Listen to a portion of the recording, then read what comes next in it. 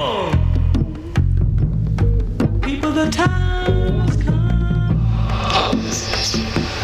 qui s'est passé en Côte d'Ivoire, Laurent Gbagbo était devenu président en 2000, a pour citer lui-même son expression dans des conditions calamiteuses. Il y a eu la question de M. Alassane Dramane Ouattara, dont la candidature avait été rejetée par rapport à des problèmes d'éligibilité de nationalité.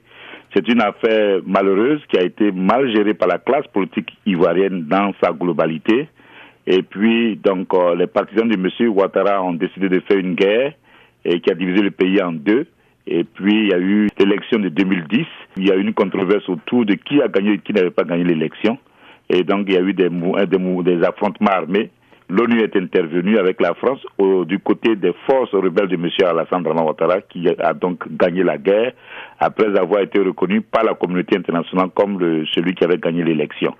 Laurent Gbagbo a été capturé, mis en prison et aujourd'hui se retrouve à La Haye où il est depuis bientôt 4 ans. C'est vrai que Laurent Gbagbo n'est pas un enfant de cœur, mais il est définitivement pas ce que l'on veut présenter de lui.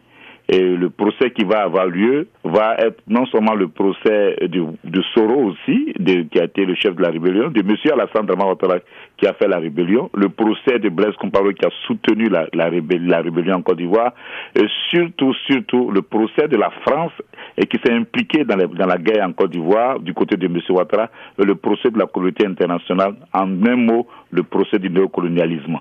Pour nous, c'est une opportunité pour essayer de dire aux Africains, à tout le monde, que c'est inadmissible qu'un chef d'État africain se retrouve dans une prison d'un pays qui a été à l'origine de l'apartheid.